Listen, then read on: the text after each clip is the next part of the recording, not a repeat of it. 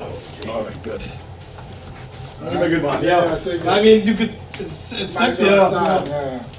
All right, well, good evening, first of all. For those of you who don't know me, my name is Kevin Higgins.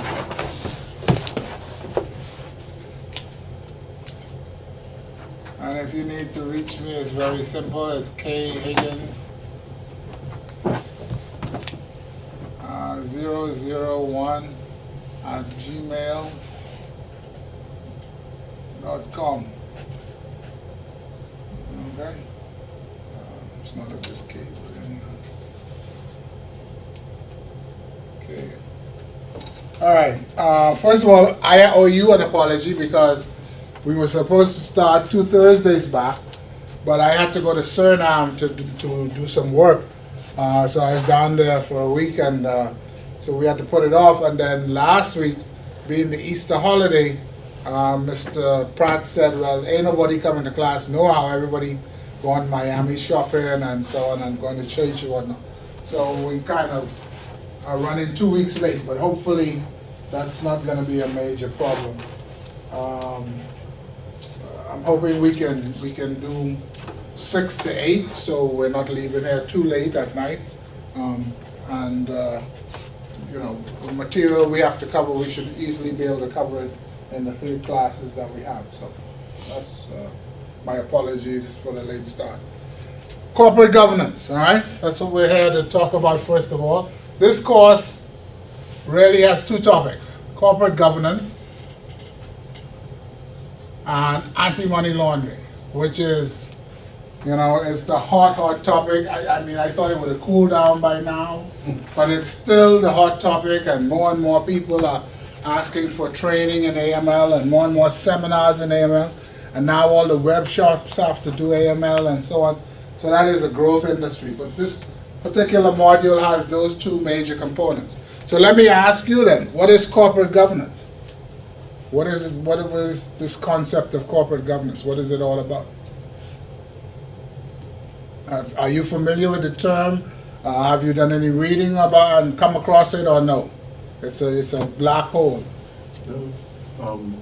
Corporate governance gives us some guidelines as to how companies are to function, primarily focusing on the board of directors. Right. And then there are different aspects, how they elected, what their responsibilities. The directors. And trickle down. Right. to the board. The thing about it is we distinguish between governance versus management. Okay, everybody knows about management. You know, people talk about studying business and they want to be managers and so forth. Managers are responsible for the day-to-day operations of the organization. You can have senior management, you can have middle management, you can have supervisors, but they are all involved in the day-to-day operations of the firm, of the organization, and they are full-time employees. Governance is about setting the guidelines for management. So governance, that's why they call it the board of directors. The board of directors direct management where they should go and how they should go. So management is the day-to-day operations of the firm. Governance is setting the policy, the guidelines, the goals, the objectives, how the firm will operate. So that we make that distinction. Management is full-time. Governance is not full-time usually. Usually directors meet once a month, once a quarter, or whatever it is, but they're not full-time employees. We'll see that there are 2 groups of directors we're going to talk about, but governance is not made up of persons who are full-time employees of the firm generally. You will have some, but the idea of governance is that people set broad policies and objectives for the firm. They call it strategic, okay? The broad picture. So that's the first thing, distinction between governance and management. The question is, why do you have this distinction between governance and management? And the reason you have it is because of the structure of a corporation. The corporate structure.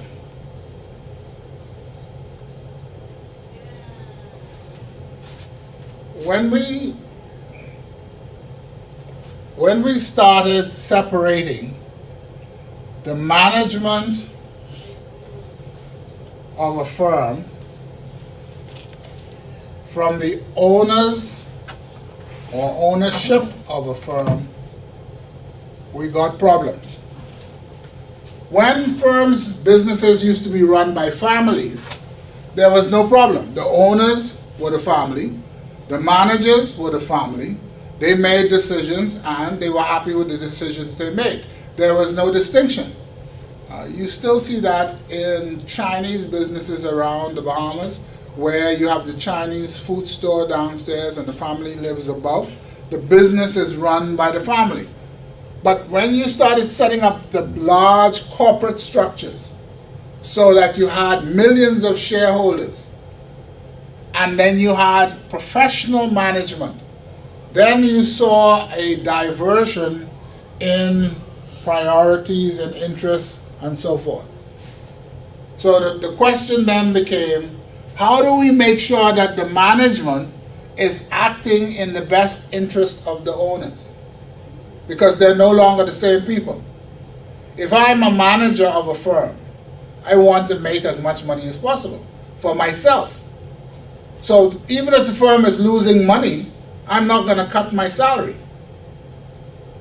But in terms of the owners, if the firm is losing money, management should be cutting expenses, including their salaries.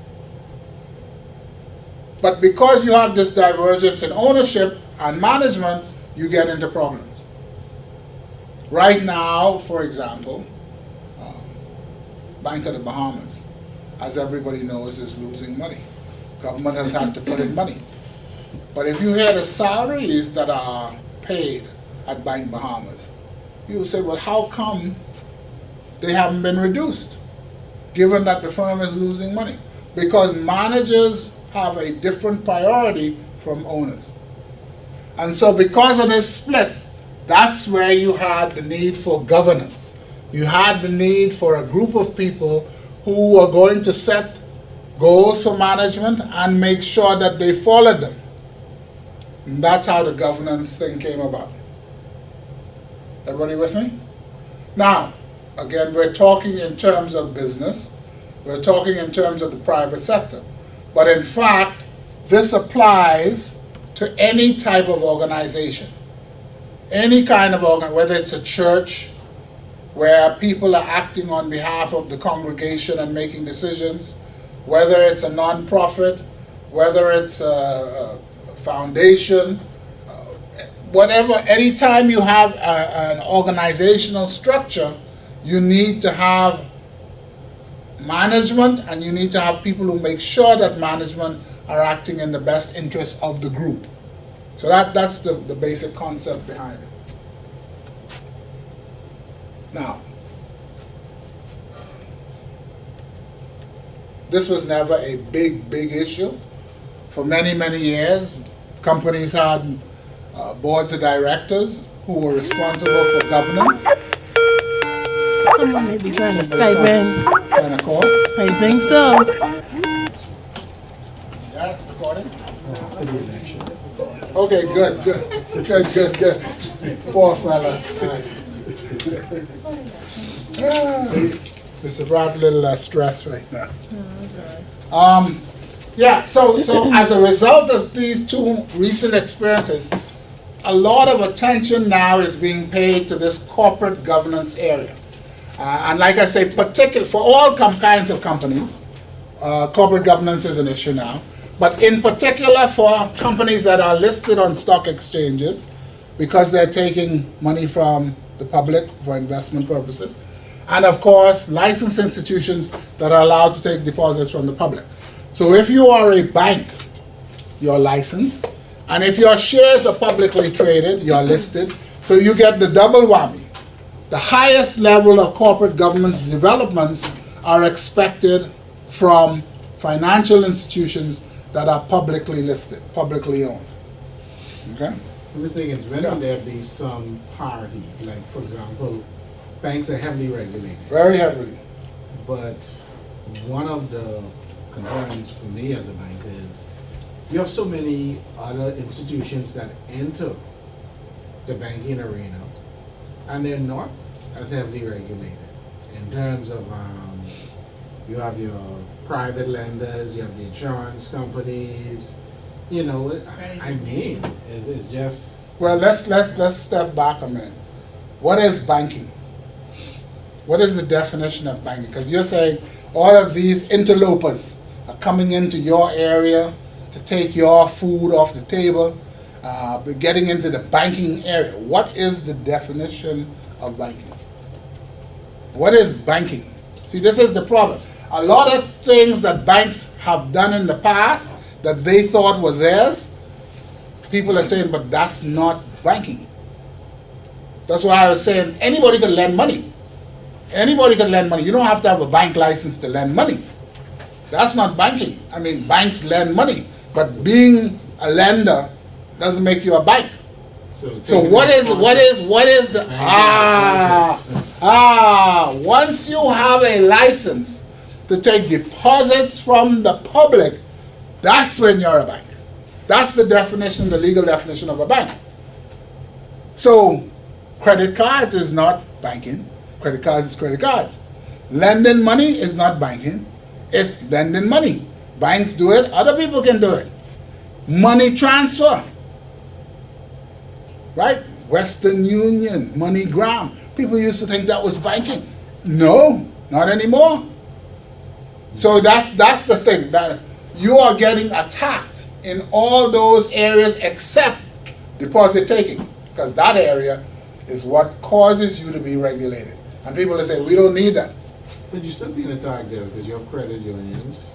Yeah, well, credit unions being regulated now. They're being regulated by the central bank, just like y'all. They had a big credit union. I don't know if it collapsed completely, but it was in serious, serious trouble. And people say, but why is the credit union being regulated by the Ministry of Agriculture? That don't make no sense. They ain't growing nothing. They're supposed to be under the central bank. To grow deposit. They're growing fraud. So when the credit union got into trouble, and again this is 2009 around there, that's when they decided we're going to put it under central bank, so they can be regulated in the same manner as other deposit-taking institutions like banks. Do we have any, and I know you talk about some of the legislation that's coming to effect, but what about any forward thinking? Because everything is as a result of... You're talking about politicians? Everything is reactive. You're talking about politicians? Forward thinking? They have problem backward thinking. You're talking about forward thinking. But that's why they hire you, Mr. Higgins, to have them think They got problem thinking backwards. I always thought they were very stubborn. Who? And in Politicians? some cases arrogant. Yes, but they ain't smart neither. I know they ain't smart. But that's what I'm saying. The corporates, Right. the cooperatives, right? Cooperatives, right? Cooperatives, they were, I guess the main thrust why they were put under the agricultural ministry was because they were really the birth of, farmers and those people supposed to be getting together, putting their resources together to enhance that industry. Right. Cooperatives, the idea of a cooperative is a group of people getting together. We own the business or firm or activity ourselves. We're all members of the same kind of business, and we come together. So you have agricultural cooperatives, fishing cooperatives, farming different kinds of cooperatives. And somebody came up with the idea, well, we could have a financial cooperative. We could have a savings cooperative. The same way you have farmers get together to buy fertilizer cheap and so on. And so because it was called a cooperative, they put it with the Department of Cooperatives, even though it was financial, like the Teachers and Salaried Workers Union. And then one day they realized that these things have millions and millions of dollars. See, the agricultural cooperative or fisheries cooperative, they want to buy fuel as a group and get a discount. They want to buy fertilizer as a group and get a discount. They want to market together, that kind of stuff. But when you start talking about financial resources, you start to get serious. So now you have a non-bank which has $50 million on deposit, which is being regulated by a fella who is a civil servant who come to work 9:30, quarter to 10, and leave 4:30, and don't know anything about finance. He wrote his MP, and his MP got him a job, and he regulating now, it don't work. And because, as I say, one of them got into trouble, it was recognized, not forward thinking now, this backward thinking after the problem Again, started. right. Yeah, that we need to start looking at this as a serious deposit-taking institution, and they moved it under central bank. But, I mean, I would think it can be challenged, What? the regulations, because if a group of people get together and decide that we can put our money together, Yeah. we ain't interested in the government trying to tell us how to manage our money. It's our money. We have our constitution. There's nothing wrong with that. And when the losses come, don't come crying to the government. I agree. Take your losses. But you know what happens? Soon as there's a loss, you know something called CLICO? Soon as there's a loss, what the bishop name? He say, please, please, please. Yeah. And city council. Right? And they wait till election come in, and then they start trickling out the money. So you could have your business. See, that's what I'm saying. You don't need a bank license to lend money. If you have money and you want to lend it to people, there's nothing wrong with that. There's a fellow who's a doctor, who owns a business, who has introduced loans. I don't want to call the name because you'll know right away. But he is happy because he has cash. He put it in the bank. He get 1%, 1.25% interest. It's nothing. If he lends it to people, he get 10, 15% interest. Yes, you might have a little loss here and there, but if you're doing salary deductions, the person actually has to lose their job for you not to get paid, because the money is taken out before they get it in their hand. So, you know, even though it's unsecured, in a sense, there's no security, no property, collateral, but because you're taking it out at the source from the employer, writing a check to you, you know, you're pretty well safe. So people have gone into that kind of business. Now it's going to get even more complicated because the central bank has amended the exchange control regulations to allow Bahamian businesses to raise money in US dollars over the internet in what they call the cloud. And I am not sure the central bank understand the implications of these things. Yeah, I understand Bahamians are always complaining about two things. One is how tight the banks are in lending to businesses. If you want a car, no problem, but lending to start a business, that's number one. And now at this particular point in time, the US interest rates are very low.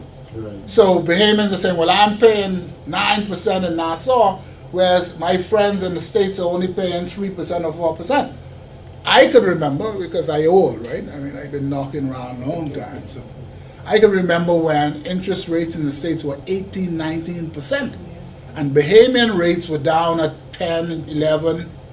Ain't nobody was talking about borrowing American dollars then. But, you know, things have changed. So that is one of the problems. Going abroad to borrow money is a tricky, tricky business. It's, you know, there was a time when Bahamians went to Miami and got suppliers credit. They would go to the stores in Miami. The Americans, you know, they say, all right, no problem, we give you a store card, we give you this, you get 90 days to pay. They ship the stuff to Nassau. They start calling Nassau to get paid. Fellas say, man, I in Nassau, you in Miami. Come for your money. You want your money, come for it. So, of course, Bahamians got a bad name with suppliers in Miami because of this problem. So I'm not sure how this crowdfunding is a nice idea. And if you're in the US and you don't pay, they have very strict laws. They could take you to court, they could bankrupt you, and so on and so forth. But when you're in another jurisdiction across the water with a different set of laws, life can get complicated. You find yourself going to Miami to Disney World with your family and you get hooked up by the police in Miami airport because you owe money from way back. You know, so it's a tricky business. Or you can't even go to Disney World because they stop you right in the airport. Yeah, well, I know Bahamians who, the Americans let them clear customs and immigration here to get them over there so they can lock them over there because they know if they lock them up here, they get family and friends who can let them out. Miami. So life is tricky. So the cooperatives are now coming under So Central not Bank. cooperatives, the credit unions, sorry, the credit financial cooperatives. Right, the financial Right, cooperatives. are under the central Right. bank. And this whole issue of corporate governance. What I've seen one cooperative, financial cooperative, recently advertised that for people to be elected from among the membership on the credit committee. Right. I'm saying to myself, okay, I would have thought that you would want people who know something about adjudication, Right, credit, right, right? Right. Not just someone who just happens to right, have ownership in the cooperative. Well, And I thought that would have been addressed right, when they were coming under the central bank, but Right. apparently it hasn't been. right. I don't know, I didn't see the ad, I don't know about that, but I know that part of the reason for moving them under the central bank This is the main one, the recently, that being salary, yeah. Oh, okay. The one on. teachers and salary Teachers' workers, salary, yeah. One of the reasons for moving them under the central bank was to start to establish the same kinds of standards for credit unions as they have for banks. So for example, there's the question of capital. How much capital should you have when you start off as a credit union, you only have 100 members, all of a sudden you get 5,000 members, should the capital not increase? What should be the maximum loans you can make to your members? Should those loans be secured or unsecured? So there are a whole host of issues that they're gonna have to address. And as I say, I don't know, because I'm not working at the central bank anymore, I don't know the details of what's going on, but I know that was the thrust, to start to raise the standards. Now, where you get the conflict is exactly what you're saying. The cooperative will argue, this is a members group, okay? We're not dealing with outsiders. That's what they've argued in the States. We shouldn't be governed by the rules where companies, banks are taking deposits from the public because we're only taking deposits from our members. But then you see the problem is, I can walk into the teachers and salaried workers cooperative and open an account. I can become a member on opening an account. I don't have to be a teacher. But then that's what they're doing with the gaming And they industry. say non-members. They- Right, yeah, that's what I'm those are saying. non-members. So as soon as you open the door to non-members or not original members, then that's the public, right? Yes. Well, what's happening in the gaming industry? And even before I go there, with the cooperatives, I thought they had strict laws in that you could only borrow up to 50% of what you have on deposit. Right. And I guess they may have varied that. There may be exceptions to the rule, but that was again the idea, to protect the organization. Only members can borrow and only up to 50% of what you've contributed. Right. So what's happening in the gaming industry now? People talking, they have ATM card for Island Lock and all these other gaming Yeah, they houses. just And they starting. have accounts. They're just starting. You see the web shops, they are now getting into insurance. They're getting into real estate development, housing development. Right. It ain't gonna be long before they're already talking about bank licensing. And the central bank is saying, well, money is not the only concern. We know you have the money, but there are certain standards and requirements and so on. But you can see the way they're going. Because they have that heavy cash flow, they gotta do something with it. It's no point having money unless you're turning it over. So they gotta find outlets. So the obvious outlet is lending. So they coming at you. Don't be, Just like junk. don't worry about it. They coming.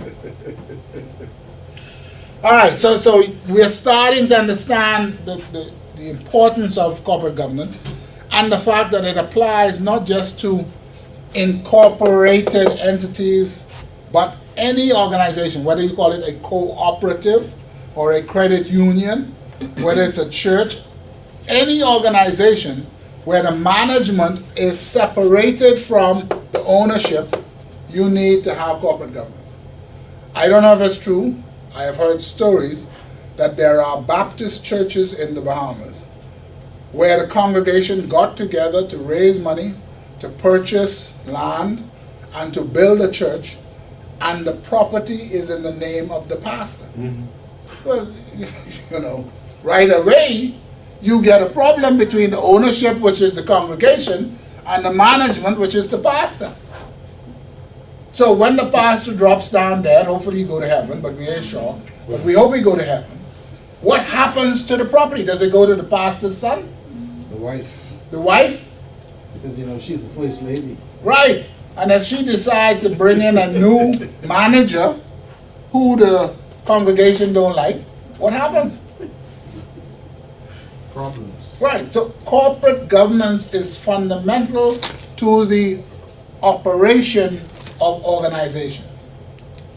That's basically what corporate governance. You can describe it in different ways. You can say it's about the relationship between management and the oversight by the board of directors, or it's a question of power. Where does the power lay between the owners and managers? You can describe it, but it's really about the distinction between ownership and management, and how do you balance that?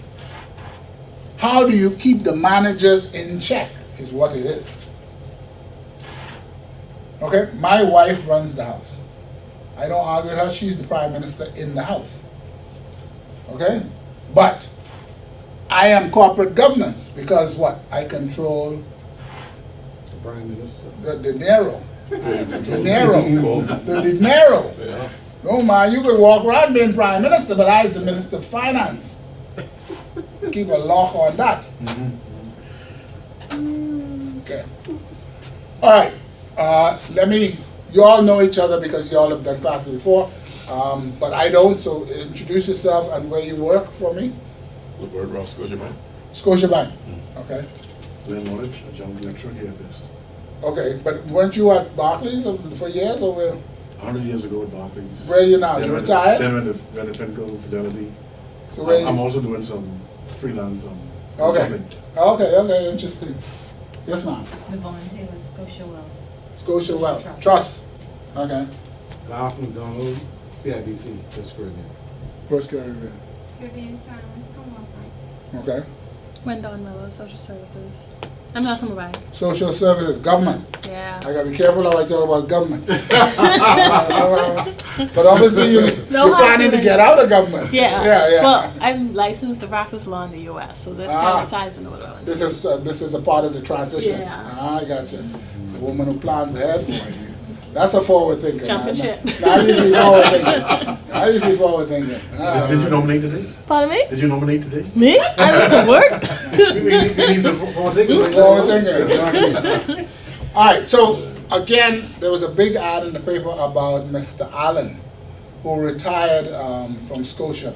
He wa- Yeah, he was managing director for many years, then he was chairman of the board, and so on. So again, because governance is different from management, what you tend to find is at the governance level, you have much older, more experienced people. These are not people who can work 12 hours a day like the managers come in on weekends. But these are people who have the experience to be able to look at a problem, see the big picture, and give advice. Or, put it another way, to tell you what to do, tell management what to do. All right? Because they have this wide range of experience. That's the idea behind governance. So aren't they the ones that call the final shots? In what? If there's restructuring, anything. Well, aren't they the ones rule that- is supposed to be. Different boards operate differently. I'll tell you some of my experiences. But the principle is supposed to be that the board sets policy and management executes. So for example, if I'm on the board, I don't want to know who you are promoting. All I want is for you to assure me that this promotion is based on merit, competency, all the rules that I've set. But I don't need to know who is related to who. I don't need, that's management's business. I don't want to get into the nitty-gritty details. Okay, I want to deal with policy. For somebody to become a branch manager, they must have had at least 4 years experience. They must have passed the credit lending stage 3 exam. I said policy. Okay, now if you want to promote somebody and they don't meet that criteria, then you have to come to the board. But once they're within that criteria, you go ahead and manage. I don't want to know every time you are up to call the electrician or the computer man. You know, I give you a budget and I approve that budget and you spend in that budget. Now, if you want to go over, you come back to the board. I thought, you saying that, I wonder if you were gonna put a certain local bank that's fully behaving on up there. And they start with CY, Mr. Barry. Yeah. That I mean, Or Mr. Barry.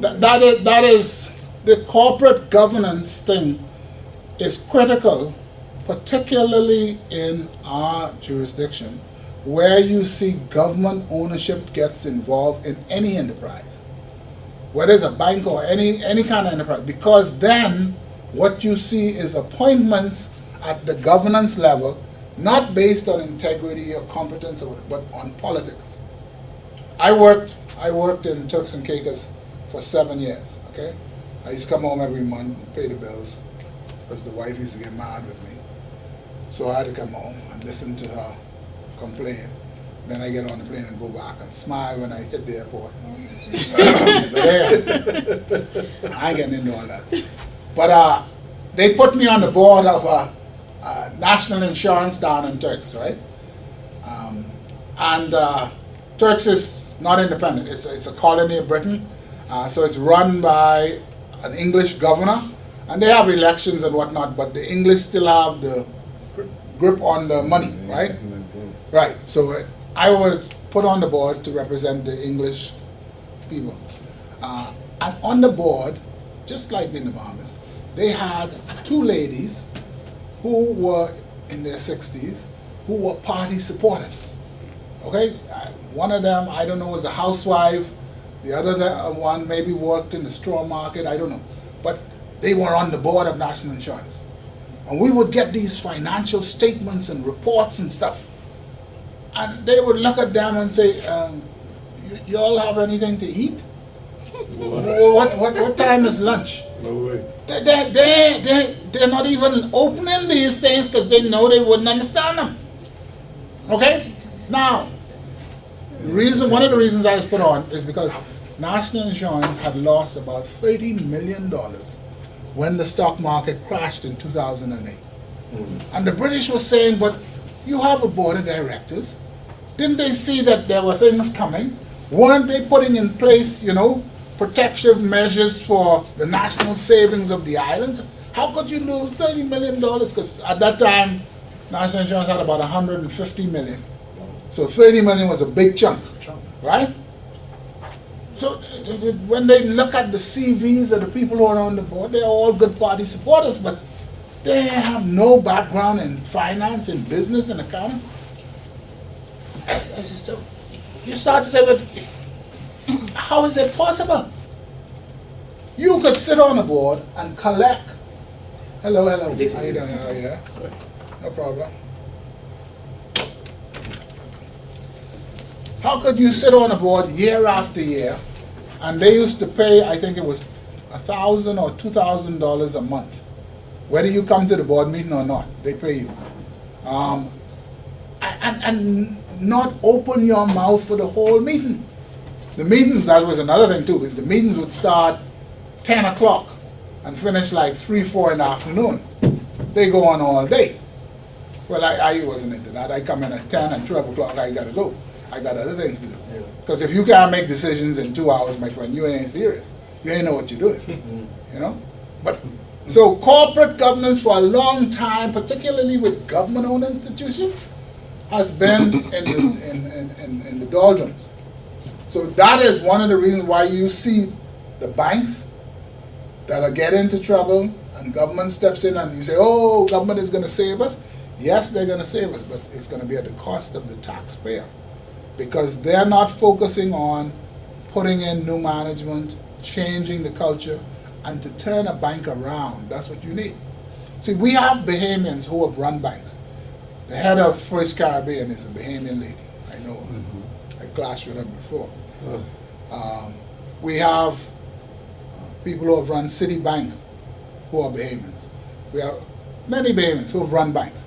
But I know of no Bahamian who has taken a bank in trouble and turned it around. We haven't had that kind of experience. So if you have a bank in trouble, you need to bring in somebody who has turnaround experience. I closed the bank in Turks. And when I met with the board, I said to them, you know what the problem is? I have no confidence that you are ruthless enough to do what needs to be done. You need to close branches and fire people. And I don't think you can do that. To save this bank, you got to cut heads. And I don't think you can do it. So I might as well shut it down.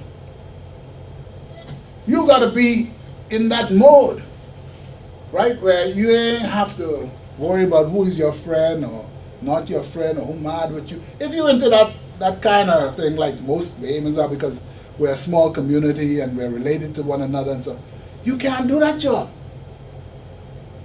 You got to be a son of a bitch to turn the company around. You can fire people in a good way. Oh yeah? Yeah. Tell me how. You sit down with them, you say, Mr. Higgins, Yeah. you've been with us, you've been a very good employee. Right. We appreciate all that you've done, but unfortunately, we're not making any money. Right. And we have to downsize, and, you know, Yeah. your name is among those. We have to let go. I was a branch manager. I was a branch manager for Bank of Montreal. I was a branch manager for Bank of Montreal, and I had a supervisor, a lady, who could do that good. She would bring you in her office, and she'd cry and say, let's pray, let's pray. I ain't gonna let you go, but let's pray. What they call it? When one door shut, a window will open or something. She was good. She was good. So that's a good way. That's a good way. But when you get 50 people to do that, you know somebody could, like, cut your tires. You know somebody could throw a rock. You got a problem. So you have to be thick-skinned. You have to be thick-skinned. And we ain't got that. No matter you fire somebody, they ain't come off right. Huh? No matter you fire somebody, they still ain't come off. There's going to be problems. There's going to be issues. I mean, I agree with you. You want to do it easily and smoothly. And if it's the company downsizing, they can bring in people who will help you do CVs and help you get a line on a new job. But when you got to cut expenses because the company is losing money, you don't have time to be bringing in consultants and HR people. You gotta chop, and you gotta move fast. So you can't meet with every employee and say, let's pray. Yeah, that's the problem. Sorry, we introduced ourselves before. I'm sorry. To me, Rose. Which bank or where do you work? Well, I'm the founding partner of Telling Law Chambers. Ah, all right. Trying to get into the wealth management. Good field. It's a good field. It's a good field. Thanks. Okay, so two legal people. Okay, so this is the issue with corporate governance. Somebody at the top has to set policy, not individuals. We have decided, based on the financial performance of the organization, we need to reduce the wage bill by 10%.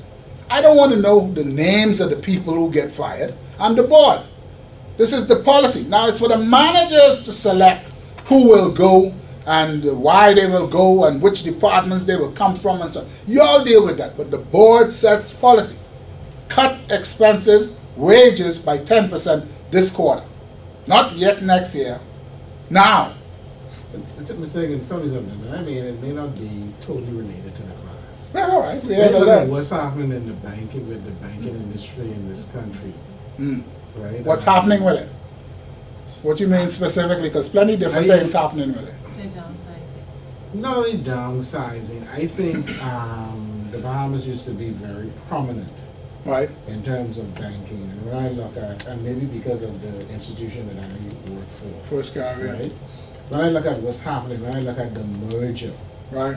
right? And when I look at how the landscape has changed in terms of, who are the major players in the bank, the positions Bahamians once held, and and when I hear about, I think the worst that I've heard is Royal Bank had a foreign branch manager, and I was like, wow, if it gets to that level, then they're really in trouble. But it just seems to be a serious erosion, and then we look at jobs going overseas. We almost need a Donald Trump to come and make the Bahamas strong again.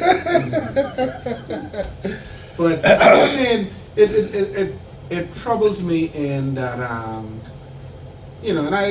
one of the things I look at is I'm a part of the union for the bank, because as a result of the merger, you had the unions, right? And even though the unions just, I guess, strictly CIBC at this time, because other bankers are afraid. I know they tried to get Royal Bank in, and Ain't nobody want to join no union in the banks. no. But of course, you have two unions. You have the managers union and then the rank and file. I'm a part of the managers union. Right. But I say all that to say this: when I look at jobs going overseas, and like you say, sometimes you have to make cuts. Right. And when you look at where jobs are being cut, where the money is being made, one of the things I always look at is with the government and the central bank and some of the things that I see happening, it's troubling. Additionally, I look at Parliament, and I can tell you from just being a part of the union, that Bahamas has the worst in the Caribbean, the worst laws for workers. I mean, They just amended the law the other day.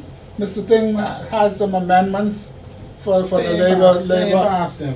I thought they passed them. We have the worst laws. When you look at some of those countries, That's what I thought. They passed them. To labor. Yeah. Now whether or not they come into force. Right. That's But I know they were gonna pass them before the election. But you, Yeah. you yeah, have to because I can tell you when you sit on when I sit in that forum and I look at the entitlement compared to the profitability of some of those other jurisdictions, it's ridiculous. Yeah. Let me tell you how things are, right? Like I said, I'm old. I've been knocking around a little while, and when I finished my first degree, I couldn't wait to come back to the Bahamas. And all my friends, everything same, wanted to come home to make a contribution. The Bahamas was just starting to move. You had the first black government, you had independence. We were gung-ho, right? And along the way, you have seen the landscape change. First of all, the Bahamas in the banking financial sector was number one in the Caribbean. I would go so far as to say that we competed with places like Luxembourg when it came to the offshore and so on. I remember we had 400, 500 banks and trust companies operating in this country. Ms. Bodie will tell you they had a membership, they could get money, no problem. Now the membership has declined. If we have 200 banks and trust companies in this country now, we probably have plenty, because it's gone way down. There are a lot of reasons. People will tell you that the international landscape has changed. That's true. It's changed for everybody. But I don't see this kind of degradation in Cayman, in Bermuda. No, I think they responded to the changes much better than we did. Our government seemed to have been betwixt and between, particularly Mr. Ingram, betwixt and between as to whether the offshore financial services was a good business for Bahamians to be in. They seemed uncomfortable with it, maybe because they didn't understand it, maybe because they never practiced in that area, but they seemed maybe because of pressure from the Americans. But so you didn't get the kind of defense or forward-thinking planning and so on in the Bahamas for its financial sector that you got in Cayman and Bermuda and those places.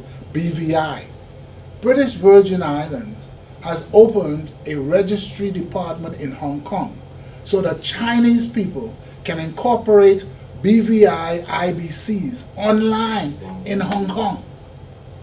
BVI has, I don't know how many IBCs we have. Once it was getting close to, I think, 100,000. But after Mr. Ingram amended the laws on bearer shares and so on, it dropped back down.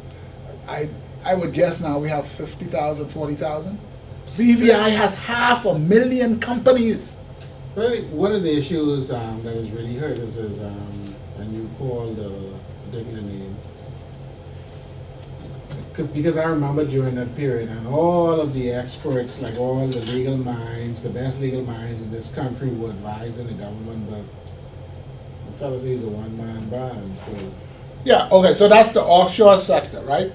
I think there's a way we can bring it back, but you need a bold government to do it, right?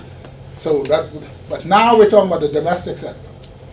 What is happening with the internet and technology and so on is a lot of stuff that used to be done in individual countries is now being consolidated. So you have credit card centers in Jamaica that handle the whole Caribbean. When you call, they say, if you're from Trinidad, dial this number. If you're from the Bahamas, dial that number. Because they've consolidated this whole thing. Barbados or wherever it is. And when you go down through the Caribbean, you can find people equally educated as Bahamians. In some cases like Barbados, better educated than Bahamians, who will work for half the money. See, what you as a manager in CIBC in the Bahamas want for your annual salary, I could get a fella with a master's degree in Barbados for half that. So if I'm an international bank looking to structure my operations so that I minimize cost and maximize profits for my ownership, my shareholders, what am I going to do? See, you think the Bahamas, Barbados, Jamaica. When I sit in Toronto, you know what I think? Caribbean. It's all one to me. Whether the credit card centers in Bahamas or in Kingston or in Trinidad, I still got to fly down and talk to these damn black people. It don't make no difference to me. So you have a different perspective, and the world is changing. Barclays used to be traditionally the bank in the Caribbean because this was the British Caribbean. Barclays came to a point where they had to make a decision. Should we stay in the Caribbean or should we focus on our U.S. market? Because the Caribbean has this offshore tax issue, reputational risk. Barclays cut the Caribbean and left. Because Barclays Wealth Management in the States, Barclays Capital in the States are doing billion-dollar IPOs, initial public offerings, and those kind of, this is small potatoes. And with China growing, shoot, we have Chinese people coming in here to invest. And Bahamians are rowing the Chinese.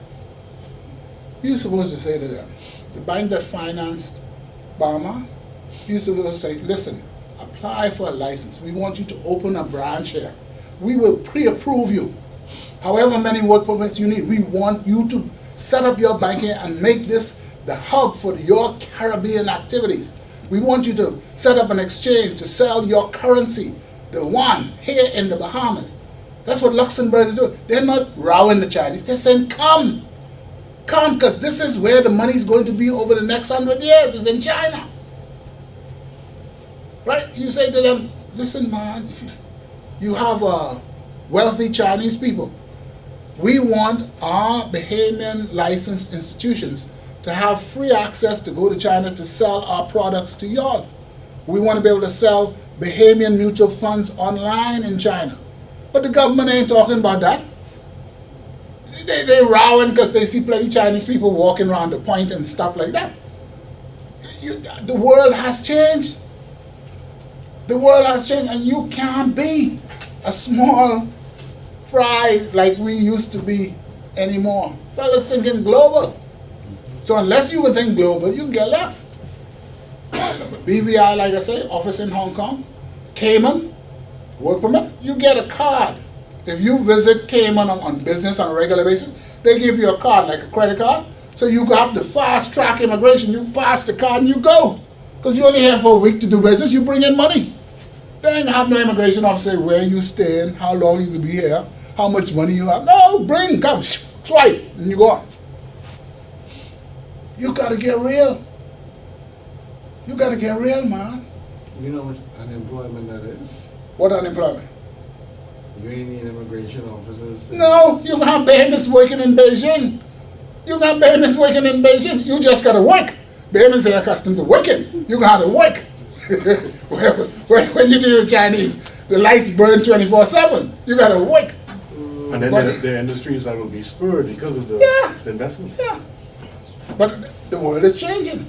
You can't think Nassau, Bahamas is ours. We can keep people out. You'll keep people out, but you won't have nothing. For you to grow, you gotta open up. Maybe Trump could say, look, we're America. We make everything we need. We have enough people to buy everything we produce. We're 350 million people. Bahamas can't do that. You know, if you stop importing tomorrow, there'll be nothing in the food stores. Everything we use come from abroad. So you gotta be open. Anyway, that's the challenge we are facing as a small independent country. Now, it might be easier to say, all right, let's become an American state. Like Puerto Rico, you don't become a protectorate of the U.S. Maybe that's the way. You don't want to be independent no more. But as long as you're independent, you got to get out there and hustle. Yeah, but they ain't allow us to vote like what? Yeah, well, that's another thing. But I'm just saying, you know, it's a tough world. Anyway, it's a very interesting discussion. What is going to be the future of financial services in the Bahamas? You know, these people are getting into wealth management. They're attorneys, and they see a future in wealth management. Okay, but that means people have to have confidence in the jurisdiction. That means our laws have to keep up with the other jurisdictions that offer wealth management services. You know, that means you got to have easy access, because people want to visit their money. They don't want to get hung up at the airport, you know, when they're trying to come here just for a couple of days to check on their accounts. They need to have internet access so they can see where their portfolio looks like after, you know, there's a problem with the market. So, you know, and the easiest thing is a man with money to move it someplace else, because everybody wants it. So it's not like, you know, people have to bring it to the Bahamas. There are a whole lot of places offering top-notch, efficient financial services today. So I'm sorry to disappoint you, but like I tell them, I lie to foreigners, but I ain't gonna lie to Bahamians. I tell you, it's gonna get rougher unless we step up. Right. Yes, In ma'am. the future, I would think that just the stronger banks would be the Bahamian banks. The stronger banks will be the Bahamian banks, Yeah, Like Commonwealth, Bank Bahamas. Bank Bahamas, well, you know. Call Bank them. And Bank the other Bahamas, one, Finco. the other one. No, Fidelity? Fidelity. Fidelity isn't a Bahamian bank. I don't know. Sort of, kind It of. was, Sort of, kind of. but I'm Now, not. why do you think they'll be the stronger ones? Because the giants are downsizing, they're moving their business abroad. What do you mean by strong? Maybe that's where we're having the problem. Okay. Strong, you meaning employ most? Is that what you mean by If strong? you have young people coming out of UB and different colleges, you definitely shouldn't be sending them to Scotiabank, Royal Bank, or First Caribbean. You mean, Because by strong, you mean employment-wise, career employment-wise, prospects? future. Okay, that's not mean, that's not Yeah. strong. But career-wise, yeah, it No. may well be that there is, for Bahamian banks, which obviously are looking at the Bahamas as their sole market, will have a different perspective than foreign banks, which can move core business activities to different jurisdictions, as well as Bahamian banks, we hope, will promote Bahamians, be more concerned about developing Bahamians' careers and so on. We hope. Not But- necessarily. Not necessarily, Not not necessarily. necessarily, but we hope. That's why I say we hope.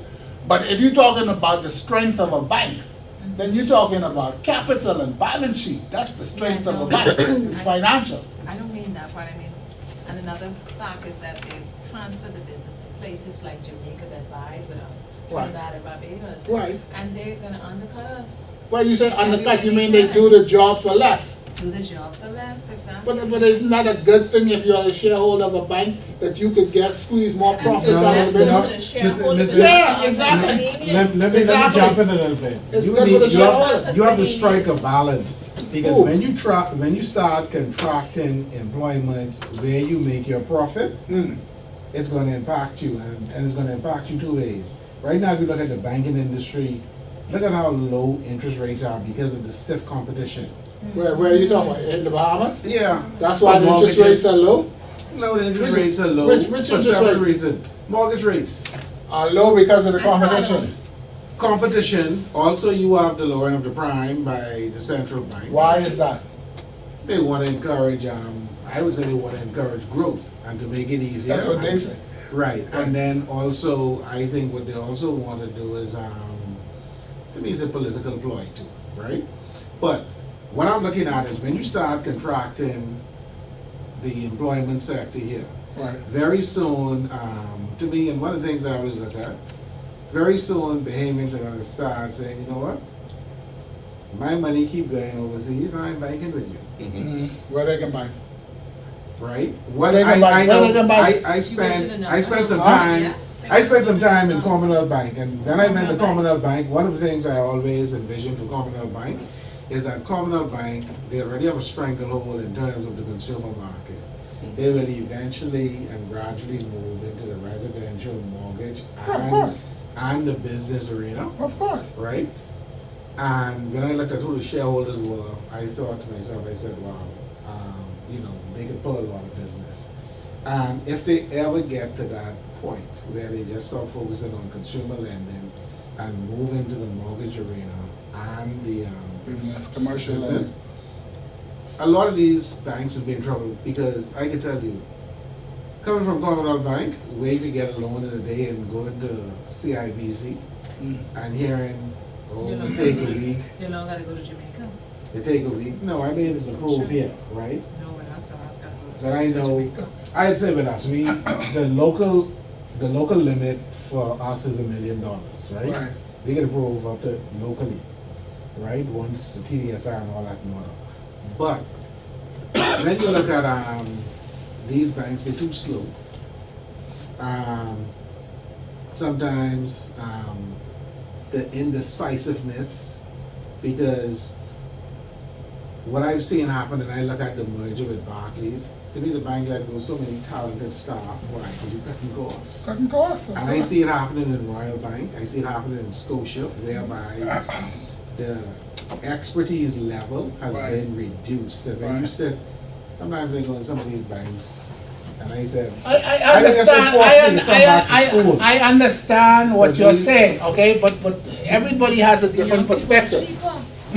Everybody has a different perspective. If you are a shareholder, remember now, this is what this corporate governance is all about. You have ownership, you have shareholders, and you have management, right?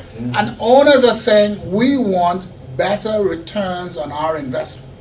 For the managers to give the owners dividends, profits, they have to keep cutting costs.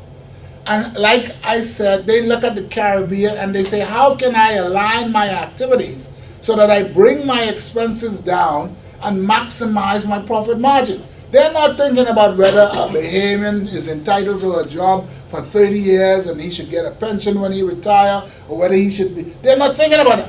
They're looking at the whole Caribbean and say, how do we manage our activities to maximize our profits? That's the first thing. The second thing is, I agree with you when you say Bahamian-owned banks should be more responsive to the Bahamian market. They should know it better. They should have more expertise in the Bahamian market, etc., etc. That is true. But if you look at the historical development of the banks, Commonwealth is an exceptional bank. Commonwealth said, we're a Bahamian bank, we're small, we're going up against these big Canadians. We are going to cut out our niche, consumer lending, car loans, furniture loans, and we're going to do it at high interest.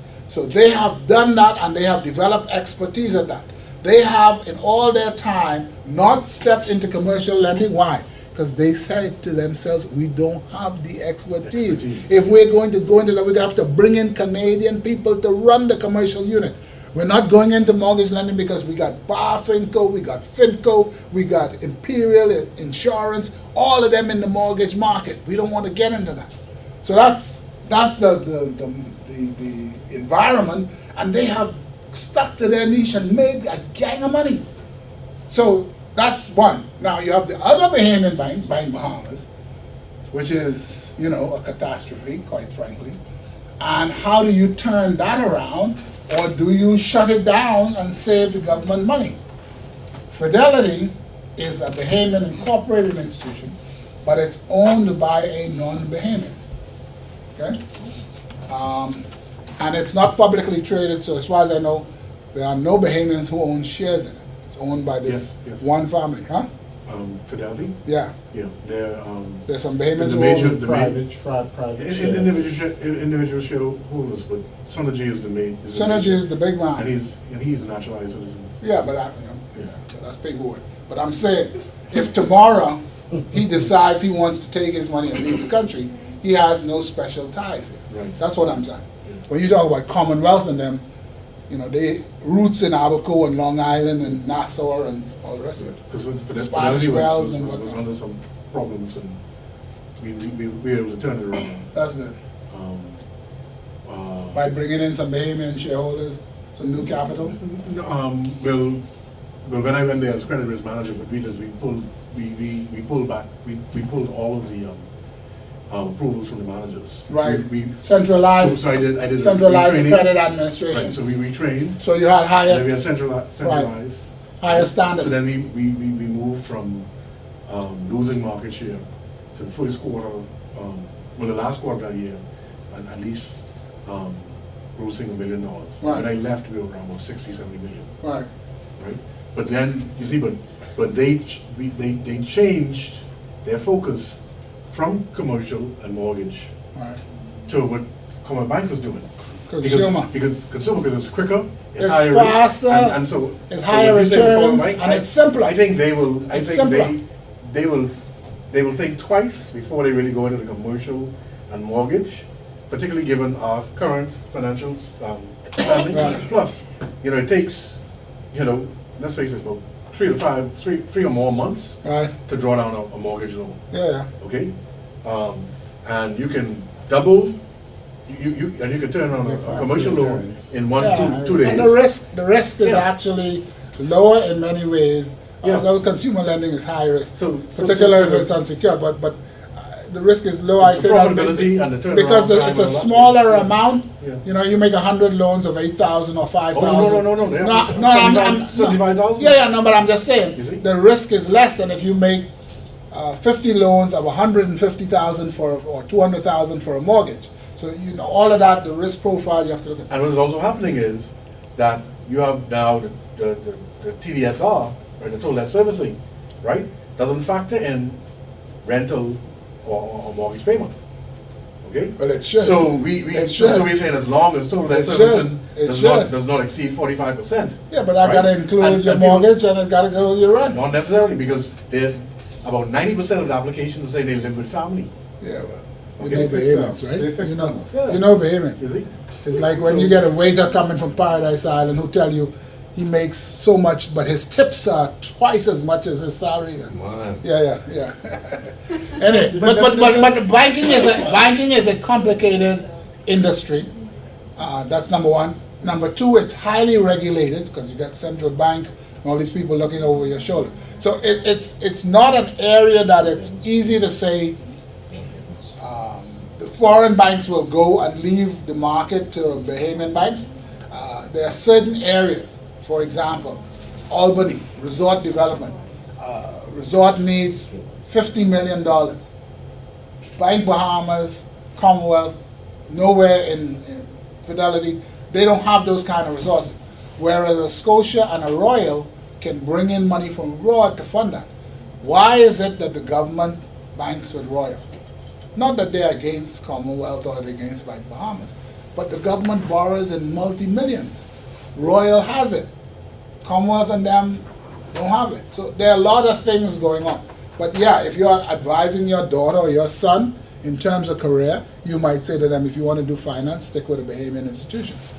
That's one thing. The other thing is, if you want to get into wealth management, the trust business, when foreigners, because we're talking about a foreign market, there are very few Bahamians who set up trusts.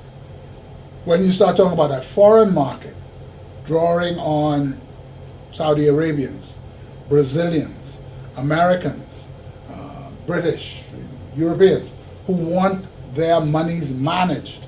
Are they going to go to a Bahamian bank, Bahamian trust company first, or are they going to go to a foreign? Most of them come with name recognition. They know Scotia. They know CIBC. Why they don't just call it First Caribbean? Why they put CIBC? Because CIBC means something to foreigners. But they're branching into family offices now. Yeah, but I'm just saying. That's So what you're seeing is the need to compete internationally. The requirements are different from when you're competing domestically in the Bahamas. So there are a lot of things going on. There's a bank in Turks I dealt with called British Caribbean Bank. It's owned by a rich Englishman called Lord Ashcroft. And they own the Bank of Belize, which is the largest commercial bank in Belize. And they had a branch or subsidiary in Belize called British American Bank. They lost about 50% of their international depositors because of problems with the Belize government.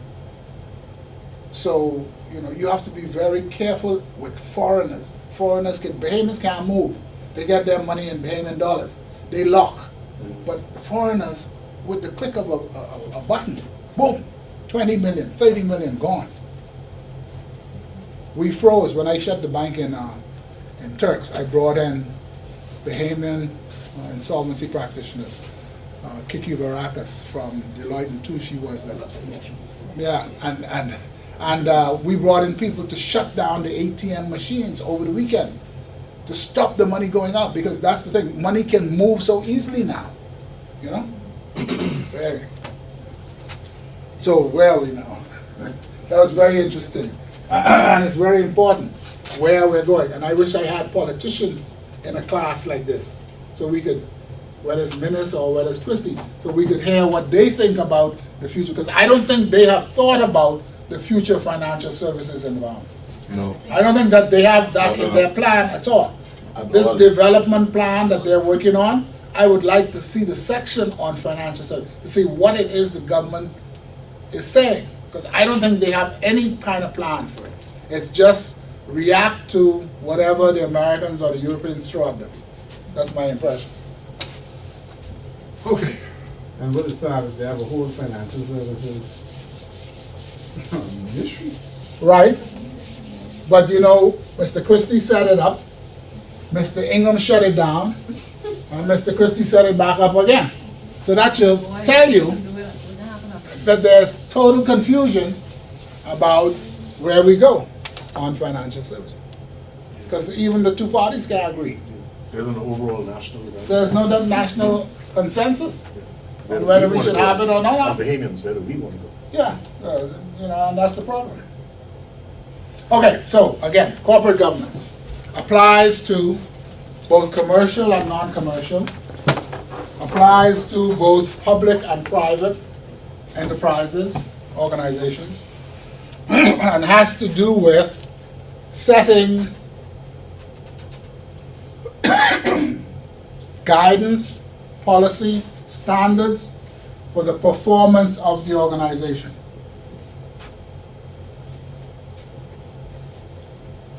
Can you just repeat that? Setting policies for performance? Yeah, policies, guidance for performance of the organization. All right, the board should set policy. It shouldn't be involved in the day-to-day management. That's management's responsibility. And the reason we are saying that corporate governance has become so important recently is because of the experiences we've had with the collapse of Enron, which was a publicly traded firm, enterprise, where lots of investors lost money, and because of the collapse of Lehman Brothers during the financial crisis, where a lot of depositors lost money.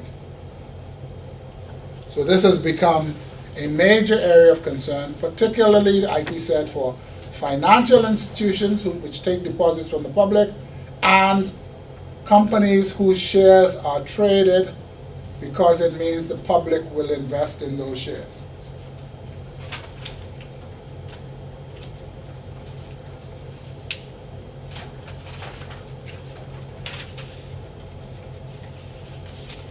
All right, so we want to start from the governance group, which is the board of directors. All right?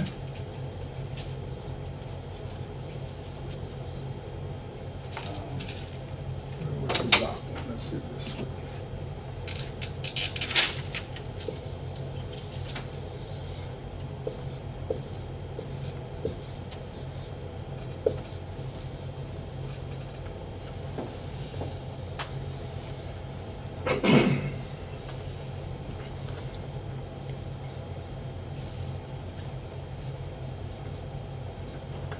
Pizza.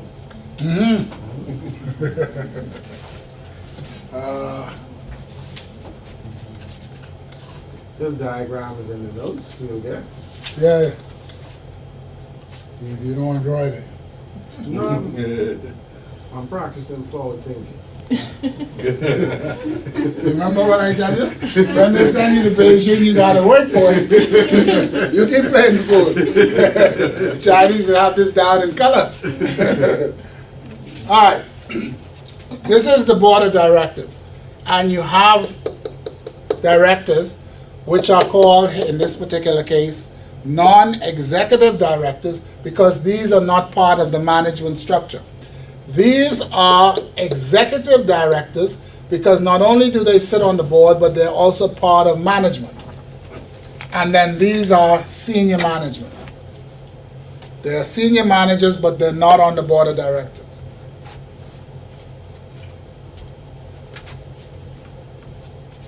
What is the difference between a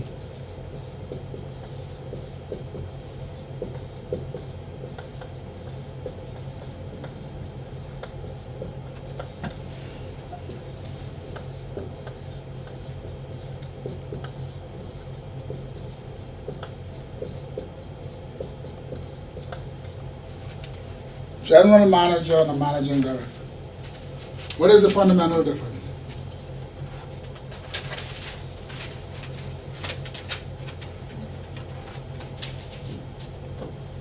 No, there's a significant difference. Okay. General, to me, a managing director would be a part of the board. Right. And somebody who would spearhead the direction or management of the company at that, at the board level and reports into the board. And then you have a general manager who, let's say, reports into the managing director. Yeah, some companies have both. But historically, a general manager was the top manager, the CEO, who ran the business. But he was not a member of the board. Okay?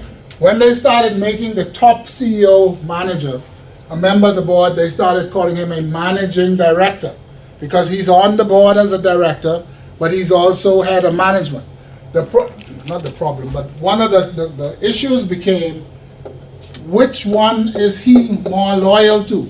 Management or directors, the board? So being a managing director, you have two hats. You have to be a senior manager and run your ship, but you also have to be a director. But it helps if, as the manager, you are aware of what the board's thinking is and how the board operates. So it's very helpful, even if the general manager is not formally a director of the board, for the general manager obviously to sit in on board meetings to understand the board's thinking. So that was but now you can have managing directors and you can have some investment banks have hundreds of managing directors, because that's just another slot like a vice president or a president. It's just another name. But that was the original concept. So these are the non-executive directors. Now, one of the things we've found in corporate governance is that you have to distinguish between persons who have responsibility for the day-to-day management, executive directors, and those who are, we hope, independent, that is, non-executive directors or outside directors. Because these people, since they are running the organization, obviously have a, if you want to call it a bias,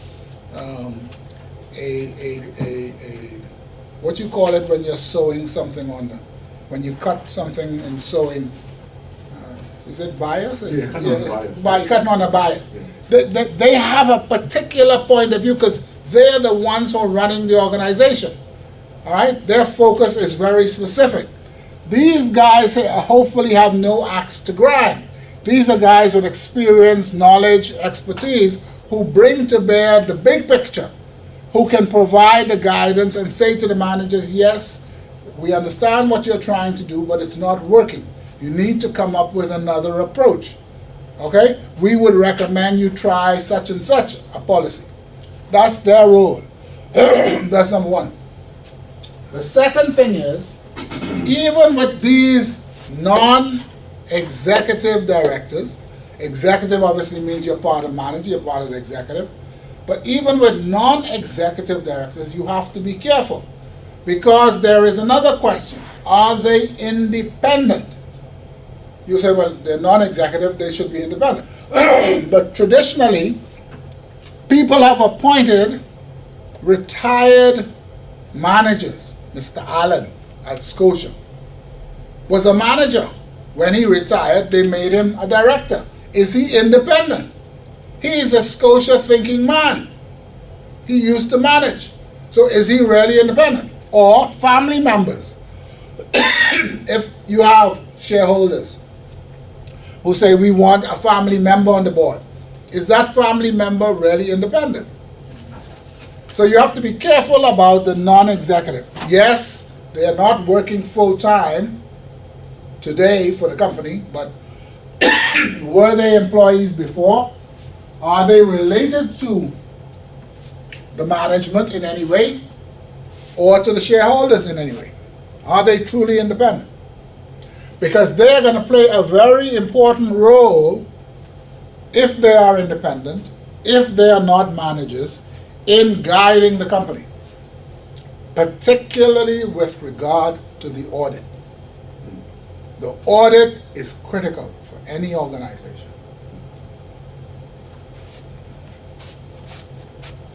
Money, for some reason, has the ability to get up in the night and walk away.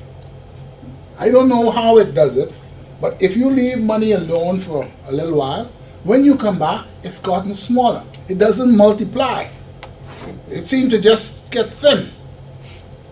So in any business, since money is the lifeblood of a business, you have to watch the money.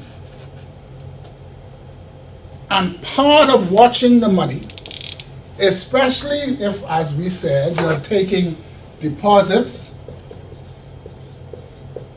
from the public, or you're taking investment in the form of shares from the public, is to ensure that the money is protected because it's other people's money. The worst thing in the world is other people's money. You can do what you want with your money, you know. You want to give it away and throw it up in the air, you can do anything you want. But when you're dealing with other people's money, that is critical. And this is where the audit comes in.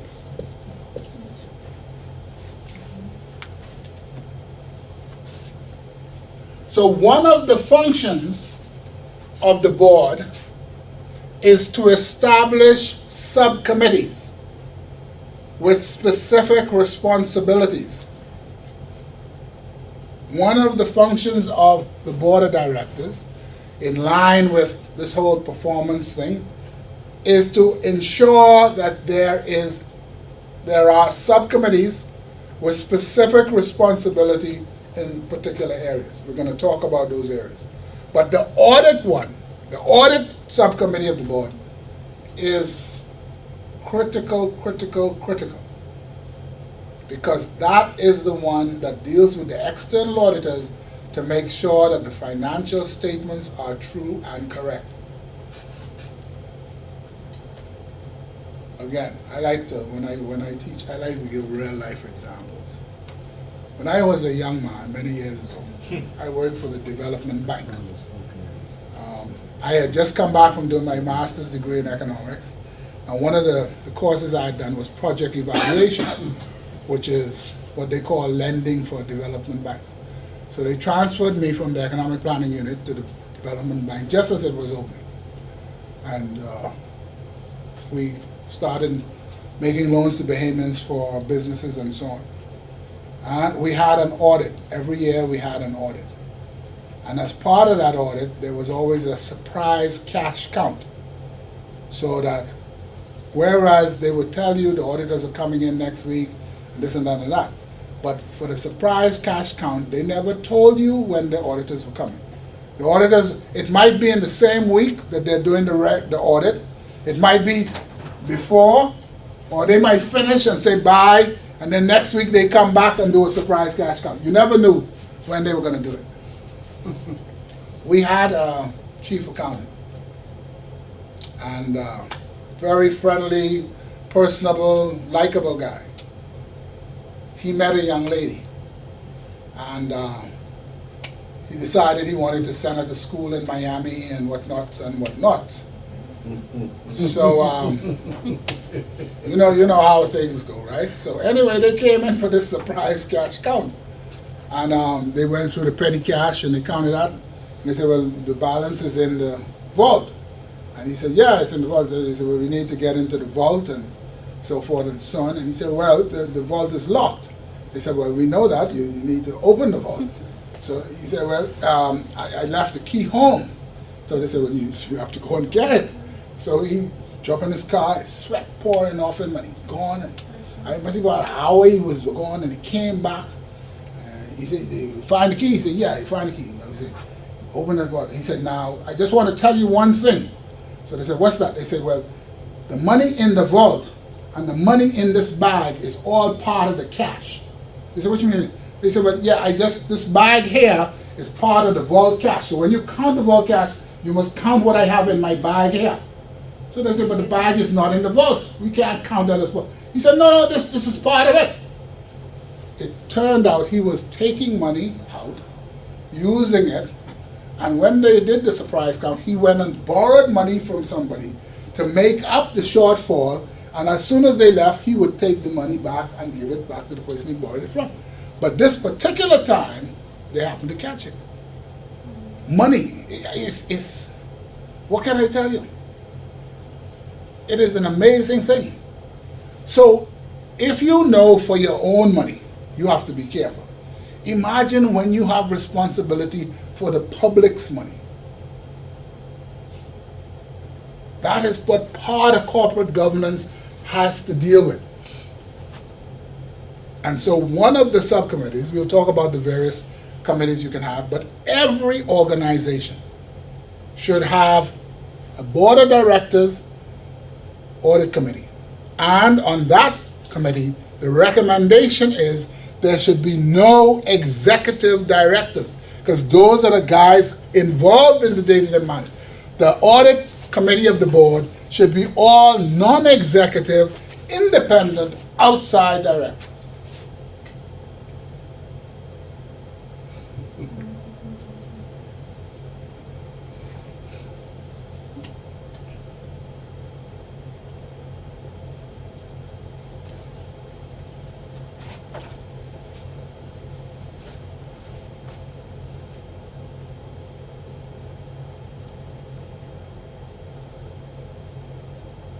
Audits are, if you've ever lived through an audit, audits are a pain, okay? But they're a necessary pain, especially when you're dealing with other people's money. Better the auditor come in and say everything is fine than for people to be saying, I think Mr. Higgins did this, and I think, let the auditors come and say all the money is there. Again, Turks. Even if it's in the bag. Huh? Even if it's only going to be there for an hour and then go back out. In Turks and Caicos, they have a public disclosure. But down there, they're serious because the public disclosure comes under the British. Not like here where you have MPs who don't file their public disclosure for years on end. Okay? And in Turks, senior civil servants, senior professionals, working for the government agencies had to file. So I had to file annually, not just what I have or what I earn, but also me and my wife. And Even though she was here in the Bahamas? even when she was here, right? Now, I wouldn't most go to my wife and ask her how much she had. So I had to lie, I had to estimate, you know what I mean? She ain't gonna tell you Because that. that's what I'm saying. My wife does not discuss her money with me at all. I happened one time, she sent me to Finco, where she had an account. And I had the book and I happened to see what she had on the book. And when I came home, I said, man, pay her bill, man, for God's sake, pay her. Because I paying bills every month. I'm broke every month. This woman just accumulating wealth, man. But anyhow. But what happened was there was a fellow who we shut down his trust company. And he accused me of accepting a bribe. But the Public Disclosure Committee was able to say Mr. Higgins has filed and there is no evidence of that amount of money coming into his accounts, etc. They were able to verify that my money was straight. So audits are a protection. Huh? And that you are a legitimate millionaire. Yeah. Unlike some of these fellas who disclosing No, I tell them, I say, I come from the Bahamas with money. But no, so there is a very serious purpose behind an audit. And as I say, if you are on a board of directors and you get asked to serve on the audit committee, there are very few things that are more important than that. So we're going to go into the whole audit committee relationship in some detail during the course. Yeah, go ahead. I don't know if it's gonna be a question or whatever, but Go ahead. Go ahead. I had heard that, with regard to Bank of the Bahamas, Uh-huh. that the chairman Mhm. had moved into the managing director's office. Now, I don't know if it was just that he physically occupied that space, Right. or he was actually carrying out the Making functions. decisions, right. But to me, it wasn't clarified, Right. and it was ominous. Right, there is a problem, I understand. I am not inside the organization, so I'm speaking as an outsider. But I have heard similar things about the chairman stepping into a decision-making role in terms of the management of the institution. Partly because the person who is there now as the managing director is an interim appointee after Mr. Thing left. They promoted her, but I don't think she is full-time confirmed kind of thing. And she is an accountant, not a banker, my understanding is. So there are all kinds of issues going on. And if you know the chairman at all, he is a very aggressive, take charge kind of person. He's one of those people you got to stop him the first time. Yeah. Otherwise, if you don't stop him the first time, next thing you know, he in your bedroom. You know, you got to stop him at the front door. You know? He's one of them brothers. So yeah, I mean, being on a board of directors is not a simple task because you're dealing with human nature. And there will be some aggressive people, and there will be some very, like I said, a lady who, she just want to know when is lunch and what y'all have to eat, and she collect her check and go. So there are different kinds of people who... different kinds of things. Okay, the board is to direct. Okay?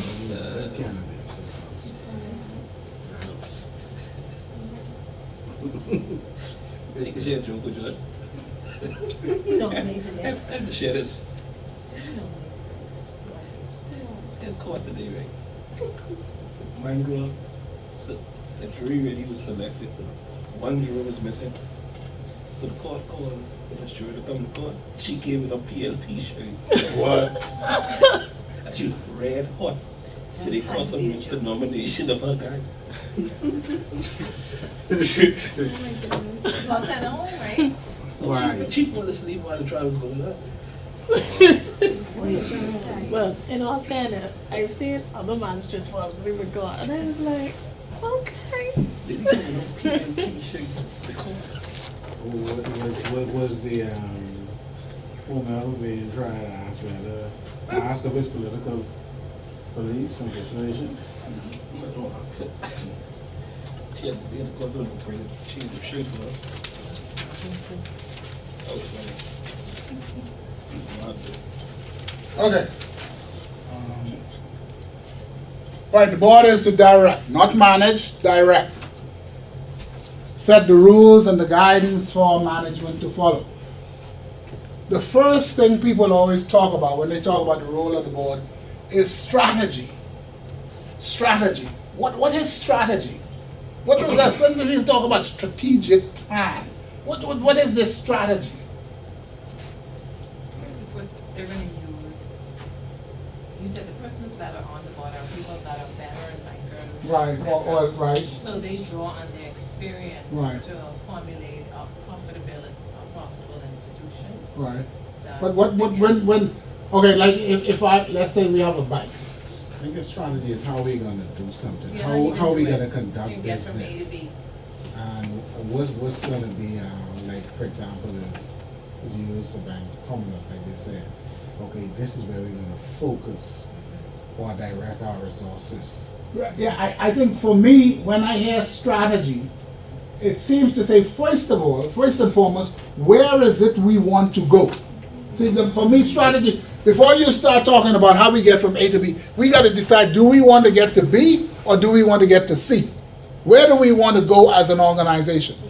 Commonwealth has decided we want to be the best consumer lender, most profitable consumer lender in the Bahamas. That's what and they say, I don't care if you call us small-minded and we're not doing commercial, we're not doing, that's all right, we're making money. So they have a clear strategy. Now, some of the other banks seem to be betwixt and between. Like for example, a bank Bahamas, they were doing big loans, they were doing small loans, they were doing, They're all over the place. Right. Royal, for me, their strategy is we will provide government funding and large-scale commercial. We really are not interested in doing second-hand cars. I don't get the impression, Royal, that maybe they branch, if you're a regular customer, you want to, no problem. But really their focus is on the big stuff. That's my impression of Royal. They've been here from 1906 or whatever it is. We're the big boys. You know, we've been here long and we got plenty of money and we finance Scotia, again, Bahama, millions of dollars in big projects. That's the bread and butter of the international banks. So once you decide where you want to go, then clearly you have to decide how you're going to get there. So that's, to me, strategy. Now, the board is responsible for strategy formulation.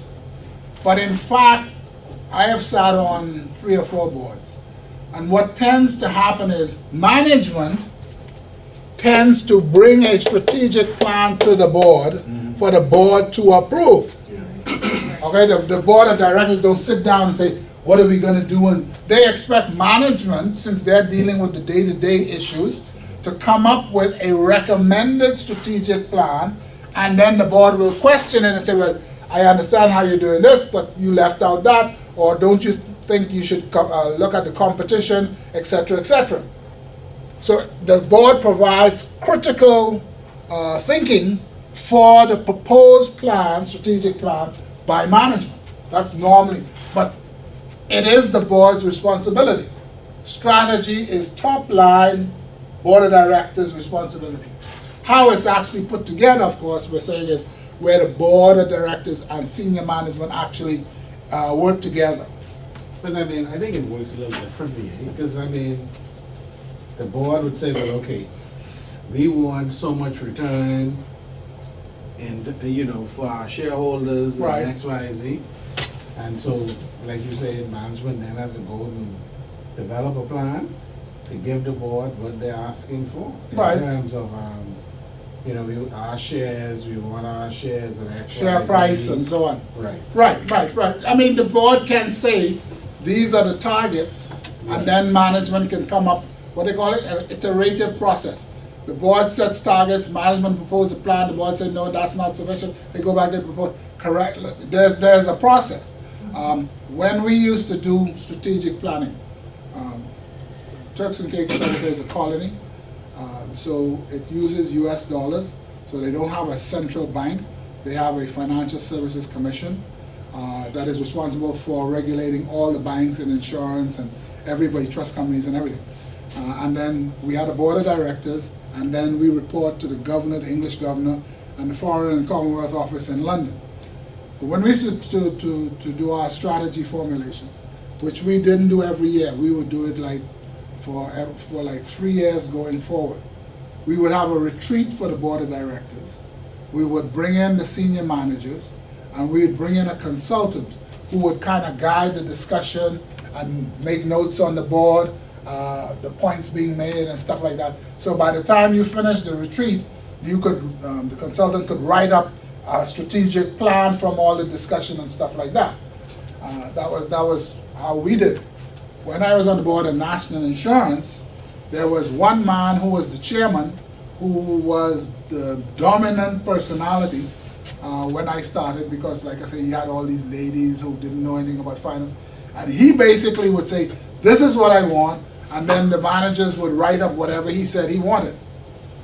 So it was one man dictating the strategic plan. It's the first time, I swear to God, I tell you no lie, I have seen a manager, the CEO of National Insurance, in a board meeting, put up his hand and ask if he could go to the bathroom. I have never seen that before in my life. But the person who was the chairman was such an aggressive fellow that the managers were scared of him. So he actually put up his hand and said, excuse me, I could go to the bathroom, please? And the chairman said, go. Did you follow suit? No, that's a different thing. That's a different animal altogether. I tell you, I used to leave 12 o'clock, I give them 10 to 12, and I go on. You know, I don't want no lunch, I can buy my own lunch. I got work to do, man. You know, so I was different. But policy making, again, not getting involved in the day-to-day management, but setting policy. What is the bank's policy on redundancies? When do we let people go? How much do we pay them when we ask them to leave? What is the bank's policy on hiring? What are the levels at which we normally hire? What are the levels where we promote internally? What is the bank's policy on managers buying shares in the bank? Do we provide loans, staff loans to managers so they can buy shares in the bank? All of these things. What's the bank's policy on car loans? Can staff get car loans at a low interest rate? Mortgages. How long you got to be there for you to qualify for a low staff rate mortgage? All of these are policies that the board needs to approve. If not, they develop them themselves, but to approve. Because this is what the management performance is going to be judged on. Yes. But I think that executive level influence Executive management. Executive managers influence the board. Of course they do. Because sometimes there's some unrealistic things that come down as strategy and policy. I agree. And I think that their position being there is to make them know, hey, that doesn't exist anymore, we're in a different time. I agree with you For them to completely. sit there and accept the things that they might accept. It depends on the quality of the non-executive members. Even in this case now, where you have the redundancies, I mean, the banking era is the middle class. And so they're coming down on the middle class, they're closing, you know, they're making so many people redundant. And the boards have to look at that, they have to have a heart. There's nothing in the board's mandate that says they must have heart. It says they must make profits for the shareholders. There's nothing about heart. Now, there is something about being a responsible corporate citizen. Yes. There's that. So if we're going to do something, we have to do it in a certain way. Because if a bank or any organization gets a reputation for treating their staff badly, people are going to think twice before they go and work there. Nobody wants to go to an institution and work at an institution which has a bad reputation for the way they treat their staff. So there's that side of it. But you can't argue it as a hard thing. You know that we must be compassionate. This ain't a church. This is a business to make money. I thought it was a church or so. Sorry. See, this is where vehemence get mixed up. This is not about being nice. That's what I was saying. If you have a bank that's in trouble, you gotta cut. You can't have a heart. You gotta turn it around. Otherwise, everybody's gonna lose their job when it's shut down. You gotta be tough. If you don't want to be in this business, then, like I say, go and do social services like the lady here. Go and take care of poor people. Yeah, that's what you want to do. You don't come to me with that about heart. What kind of heart? No, I had a different social service. That's all right. We ain't getting into all of that. We ain't getting into all that. I said all the time. Okay? Policy making this business. In time for my fees. Yeah, this business, man. We were friends when we were in school, but now it's time for money. Yeah. It get real. He like that. You know? See, the problem is, let me be frank. The problem is, if you are in a business and the business does not make a profit, sooner or later it will close down. It will close down and everybody will lose their job. So you have to decide what is the best going forward is to make this thing profitable. Supervision of executive management. Now this is the part. Is your board of directors knowledgeable enough and strong enough to supervise the executive management? Because many times the executive management is more knowledgeable, more competent, stronger personality than the board of directors. The board of directors are old, they're tired, they come to the meeting, they want to have something to eat or have a drink and laugh and so on and chat. They haven't read the material, you know. That was the old way. So executive management ran things at the management level and at the board level. Now it's changing. And one of the things that's starting to change is this. This senior fellow, the CEO, used to be chair of the board. So he was head of management and he was the chairman of the board. He ran the board. Now they're saying you have to separate that. The CEO should not be the chair. The chair should be an outside, non-executive, independent director to balance off the CEO. Because if you make the CEO head of management and chair of the board, then he can run the whole thing. How can he supervise himself? If he's the chairman of the board and he's the CEO, he's checking his own work. How can that work? You can say you have very good synergy, you know. Your company runs without hiccup or interference. Runs without hiccup or interference. You stay right there. I agree. When things are going well, everybody says you don't need this and you don't need that and you don't need the next thing. And then when the problems start popping up, people say, well, why didn't you have it? Why didn't you do it? It's like a loan, you know? Nobody knows the future. Nobody knows who will pay back. But if today, based on the information you have, you know very well you should not have made the loan, there's no excuse. Now, if on the information you have today, this was a good loan, fine. I can hold that against you if the loan turns bad in the future.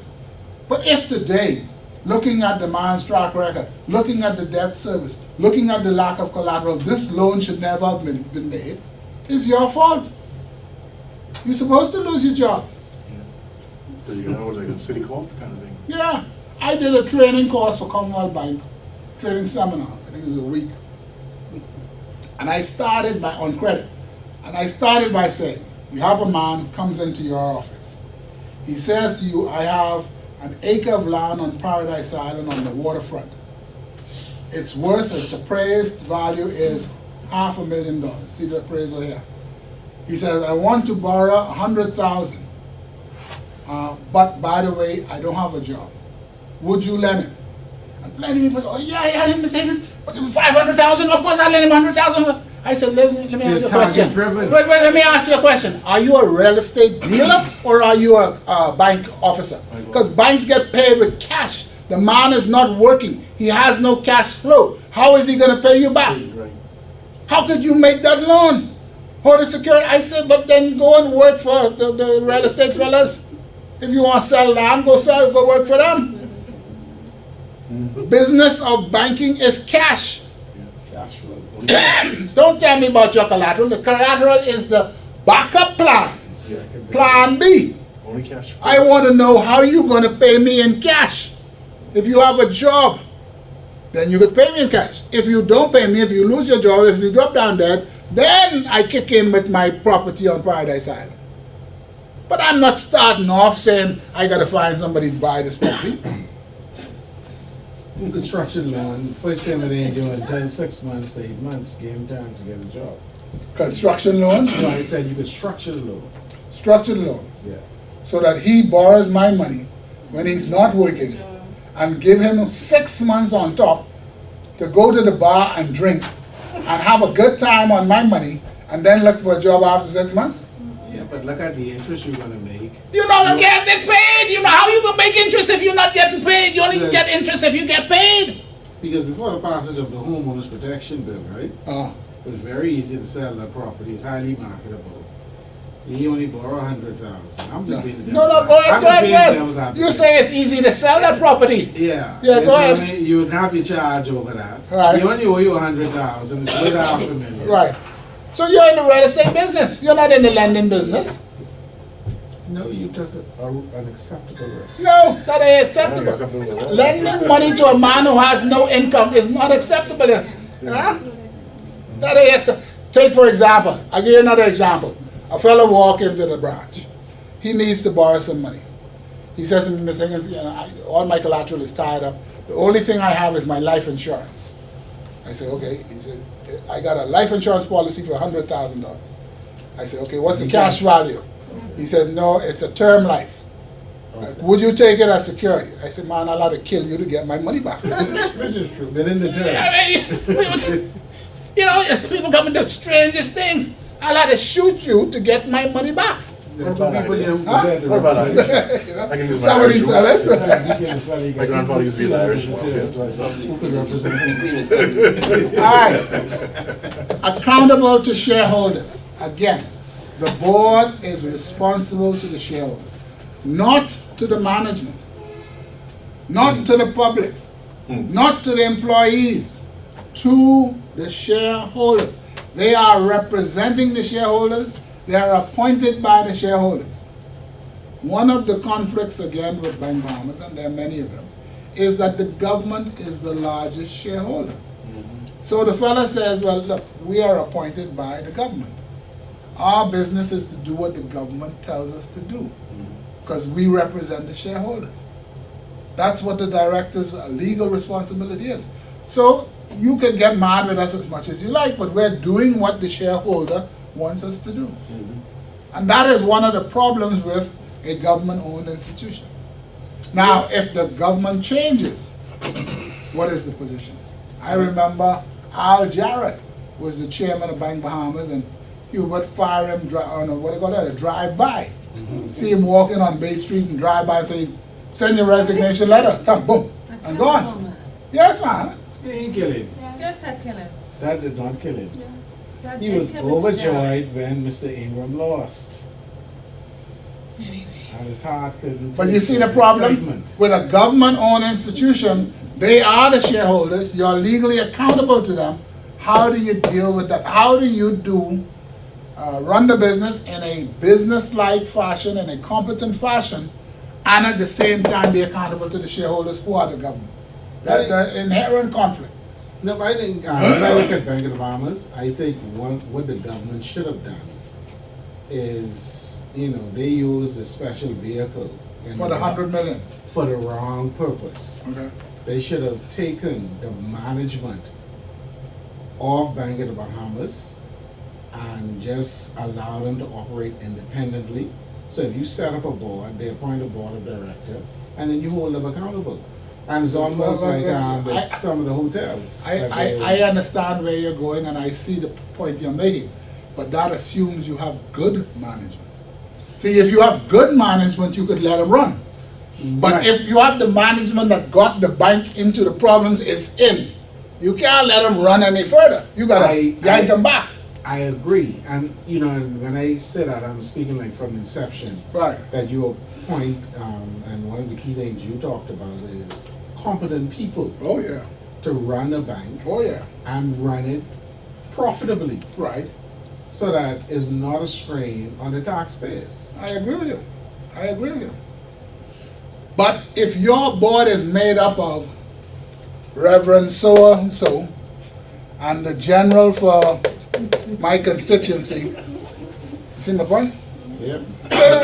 They're not into performance like that. No. What has happened is they just feel privileged To be sit on the there, board, to dress up and come there and sit there and to say, oh, and collect the money.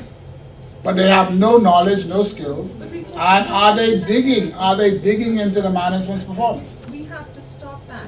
I agree with you. That has to stop. I agree. It has to stop at some point. When? When?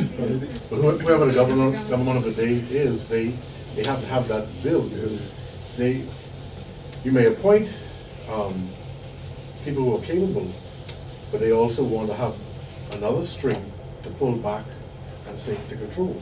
So if you're going to appoint someone who's capable, you also want to appoint someone who you feel are going to listen to you based on your political agenda. That is exactly why I say there is a, let me step back.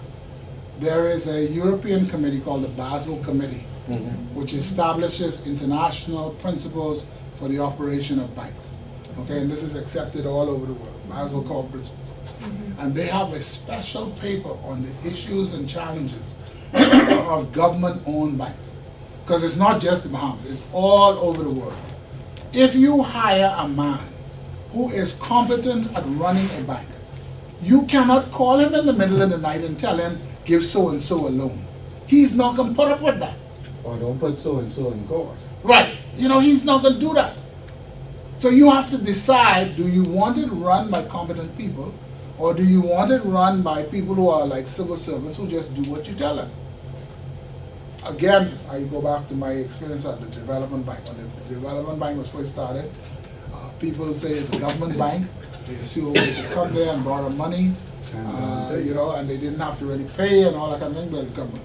And I remember sitting in my office and being told, there's a gentleman out here he'd like to see you. Come in, have a seat. He'd like to get a loan for so-and-so, I don't know, 30, 50,000, whatever it was, for whatever kind of business. And he said, Mr. Pinland, the Prime Minister, sent me over here. He said, I said, Mr. Pinland sent you here for a loan? He said, yes. I said, hold on 1 minute. And I pick up the phone to call him. He said, he wouldn't remember. It was at a party. He wouldn't remember that.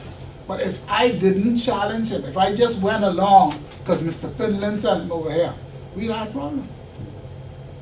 But you don't think a part of the problem with Bank of the Bahamas, I've never heard in the House of Assembly, and I could be wrong, any opposition challenge the government on the performance.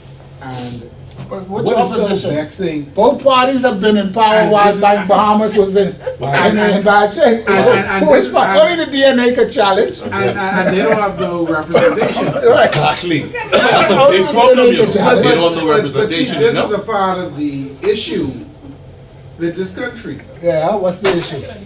What is the issue? that Both parties are I- just as bad? Yes. you know, we could have a whole debate on Carnival in the House of Assembly, but we can have one sensible session where we talk about what's happening with Bank of the Bahamas, what are we doing to turn it around, and quite frankly, I think the central bank should mandate that you have opposition and the governing party involved, giving oversight. You know, just like how, based on the number of seats you in, you entitled to so many senators, it should be the same way to at least try and have some independence. You mean of the Bank Bahamas? Yeah. Do you want to put politicians on the board? No, From not both parties? politicians. From Have both parties? have both parties make sensible appointments. Like what you call a sensible appointment? Competent people. I don't know if parties do it like that. Parties appoint supporters. Right? They don't appoint competent people. A board membership. government don't appoint competent people. They first of all appoint supporters. I keep hearing the DNA saying, we're going to appoint people based on their competence, not their political affiliation. That would be wonderful.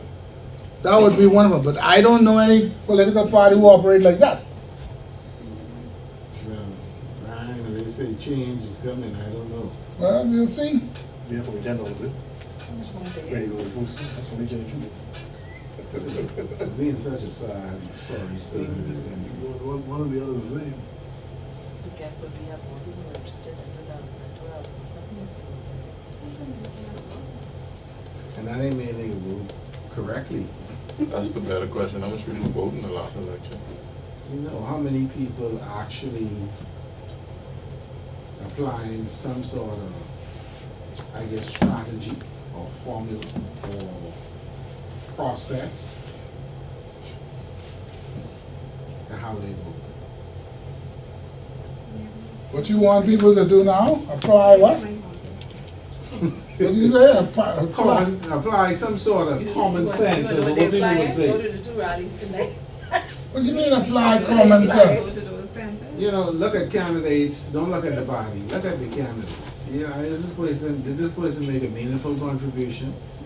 Listen, politics in the Bahamas is like religion. Either you believe or you don't believe. Some people believe in the FNM, some people believe in the PLP, but it ain't nothing to do with no common sense. It ain't nothing to do with no common sense. I have heard people, let me tell you how bad it is. I have heard people say, I shouldn't say that. A former MP said to me he was in a meeting with a prime minister and a group of people, and they were talking about nominating somebody to the council. And one of the persons in the meeting said, but that person is a thief. And the prime minister at the time said, yes, but he's our thief. We ain't playing, you know. The Bahamas. He's a good thief. Yeah, he's a good thief. He's our thief. And he was appointed. I mean, you know, this is the Bahamas. We Well, gotta they get say- real, man. I know said the person those else you talking about too. Those It's fellas- just in the days in the paper this year. Those I'm not fellas- even talking to you.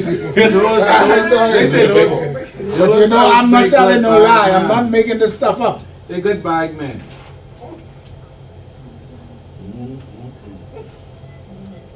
And they point with us.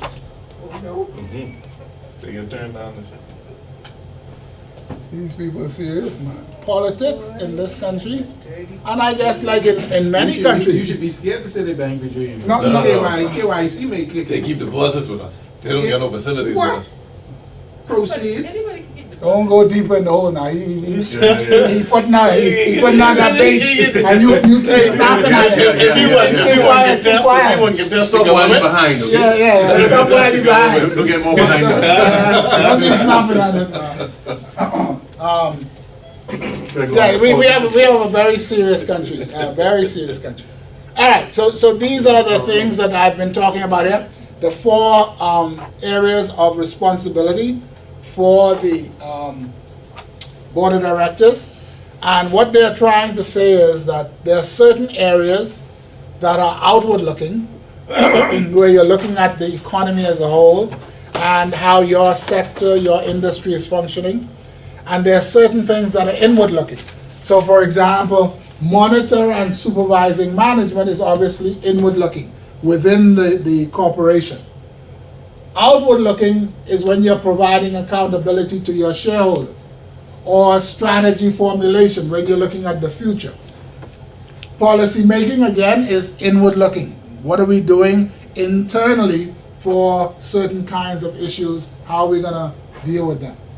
The other thing they talk about is some functions, tasks, deal with the past and present, and some are future focused. Obviously, strategy formulation is going forward, forward thinking. Policy making, we're making policy to implement in the future. Whereas providing accountability and monitoring and supervising, we're actually dealing with what has already happened, okay, reporting to the shareholders on the financial performance for the previous quarter or the previous year, or the present, looking at what is happening in terms of the performance of the management today. So, They divide the work of the board into two areas. One is called CONFORMANCE,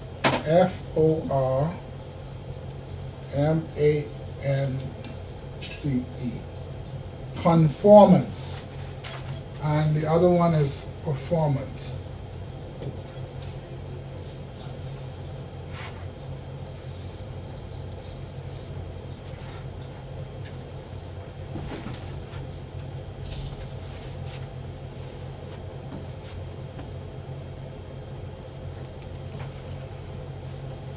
These things here, providing accountability, monitoring and supervising, is called conformance, which I, in my mind, translate to mean conforming with the agreed performance, making sure they are doing what they're supposed to do, conforming. This is performance. This is how do we make things do better in the future? How do we get our business to be more successful? Strategy, policy. How do we get profits up? So one is performance going forward, and once you have set the performance, you have to make sure that they're following the rules, which is the conformance. These are the roles of the board of directors. I'm gonna have to have a timekeeper, you know, because for me, see, this stuff is sexy. I'll talk all night. So we are already up to after 8 o'clock. All right, what I'd like to do is go 6 to 8. So try be on time, and we'll do 6 to 8 because after 8 it's dark, and when it's dark, I'm supposed to be in somebody's house. I need to be in.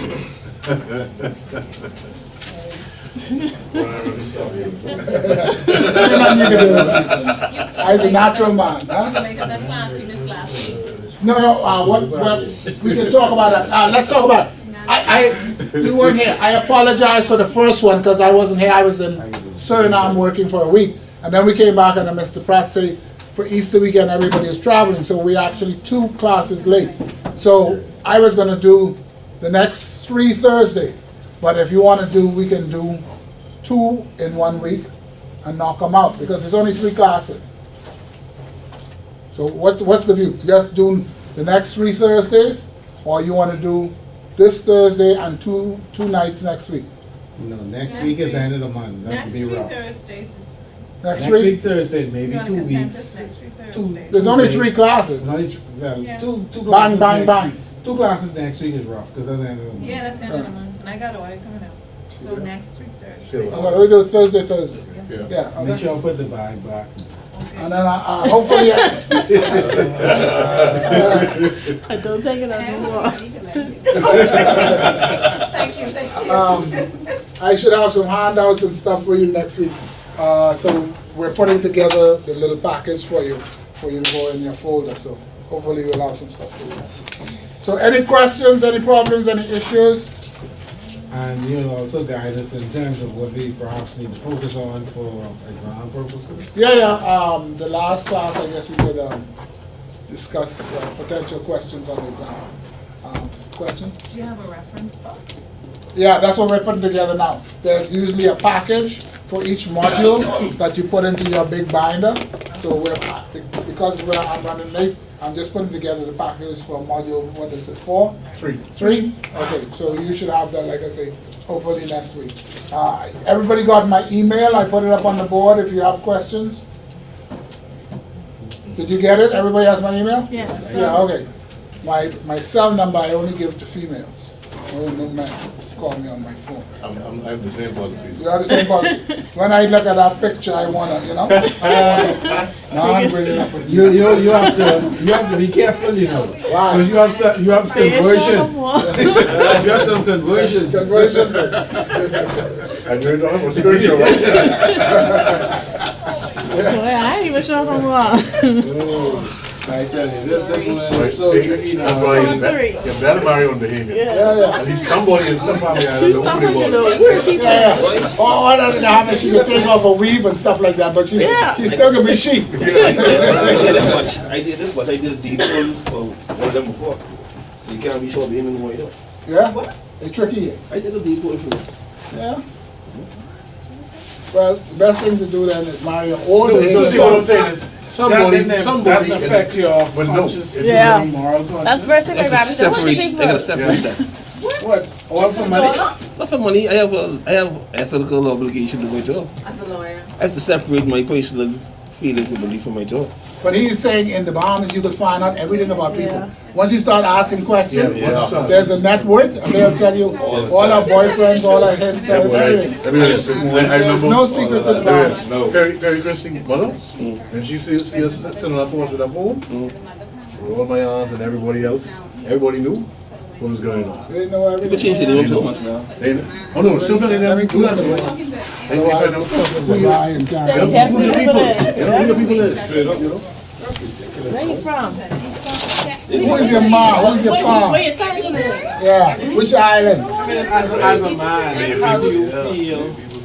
They go to the legal process, they put it in the rotation and nobody gets it. I'm just saying, But see, what happens is, I don't know how. you know, part of that Have you is, written any agents books don't lately? read any of them. No, I haven't done that because I was working in Turks. So- I haven't done So anything even for a though we while. gazette I just everything came home and this last and that year. and whatever, Maybe you know. later. Thanks. So a lot of How you things turn this off? slide through because we don't, you know.